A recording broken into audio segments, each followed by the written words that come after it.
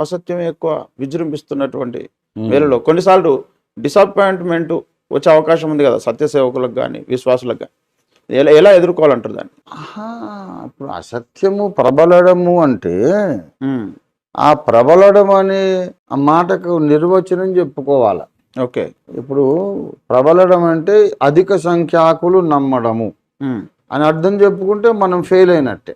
Okay.